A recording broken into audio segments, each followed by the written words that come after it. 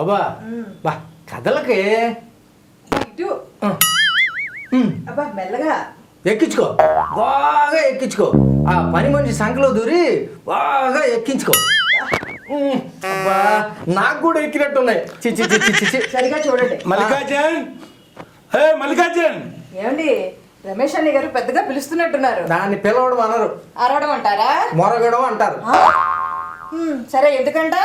ఎందుక తినబోతు రుచి ఎందుకు వస్తున్నాడుగా, వెయిట్ అండ్ సీ. మరే మల్లికార్జున నీకు అసలు బుద్ధుందా లేదురా? ఏంట్రా పెళ్ళానికి పేలు చూడటమా? నువ్వేమో సమయం దొరికినప్పుడల్లా పేలు చూడు, కాలు పిసుకు, అంటుతావు, బట్టలు ఉతుకొని నానా హింస పెడుతుంటావు.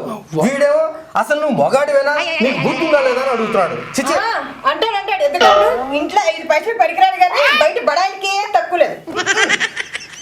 పెట్టారా కిరికిరి అయిందా? ఇప్పుడు అనరా బుద్ధుందా లేదా అని.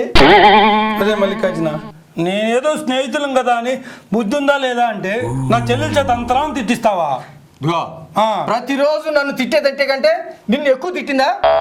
గో మా ఆవిడ ఏమన్నమాక, మా ఆవిడ చాలా మంచిది. మంచిదా? ఎందుకు నాయనా? ఎందుకా? మొన్న నీ భార్య నిన్ను డబ్బులు అడిగిందంటగా. అవును అడుగుతుంటది. నువ్వు ఈకపోతే నిన్ను ఎగిరెగిరి తగ్గిందంటగా. ఈ విషయం ఎక్కడ దాకా వచ్చిందా? ఆ విషయం మా ఆవిడకి తెలుసు కూడా. నిన్ను ఒక్క మాట అని అడిగిందా? అడగల. అంత మంచిదిరా మా ఆవిడ. ఒక పని చేయి బాబు, మంచిదైతే నెత్తిరి పెట్టుకొని పూజ చెయ్యి. అలాగే కొంచెం నీతో ఒక విషయం డిస్కస్ చేయాలి. అసలు నువ్వు బుద్ధి లేకుండా ప్రవర్తన చేస్తున్నావు తెలుసా నీకు? మళ్ళీ రెండోసారి బుద్ధి లేదంట. 36 సార్లు అంటారా? 36 సార్లు అంటారా? ఎందుకో నిన్న కాక మొన్న మా ఇంటికి వచ్చి నా ఇంట్లో తగిలించిన సొక్కల్లో నుంచి డబ్బులు తీసేస్తావా? తీసాను.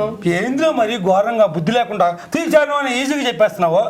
ఒక్క మాట నన్ను అట్లా చాచి అడుగుంటే నేను డబ్బులు పడేసేవాడిని కదా నీకు. ఇందిరా నువ్వు మాట్లాడేది? ఏం మాట్లాడతారే? నేను నీ ముందు చెయ్యి చాపాలా? ఏం చాపోయింది? ఆ విషయం మా తాతకి చెప్పు. అంటే మీ తాత కూడా నా దగ్గర డబ్బులు కొట్టేస్తున్నాడా? మీ వంశానికి నా చొక్కా ఉన్న బ్యాంక్ అనుకుంటున్నారా, ఏటీఎం కార్డు అనుకుంటున్నారా మీరు? కాదు, మా తాత ఏం చెప్పాడు తెలుసా? ఏం చెప్పాడ్రా? ఎప్పుడైనా సరే, ఎక్కడైనా సరే, ఎక్కడైనా సరే, ఎవరి దగ్గరైనా సరే, ఎవరి దగ్గరైనా చెయ్యి చాపొద్దు అన్నాడు. అందుకే తీసేసా. ఓహో